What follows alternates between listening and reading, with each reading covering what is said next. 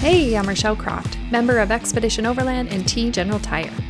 I know from my experiences driving around the world that the tires on my vehicle each perform different tasks. Front tires steer, while rear tires drive. So each undergo varying levels of wear.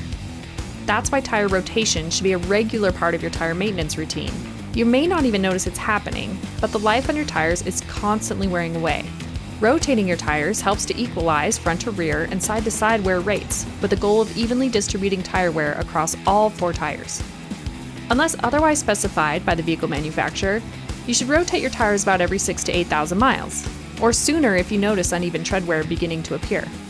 Crowned roads allowing for proper drainage can cause uneven wear on one side or the other. Also, turning left or right more frequently can cause additional wear on either side. You can follow the rotation pattern recommended by your vehicle's manufacturer. To find out more information and to see more of these videos, visit generaltire.com.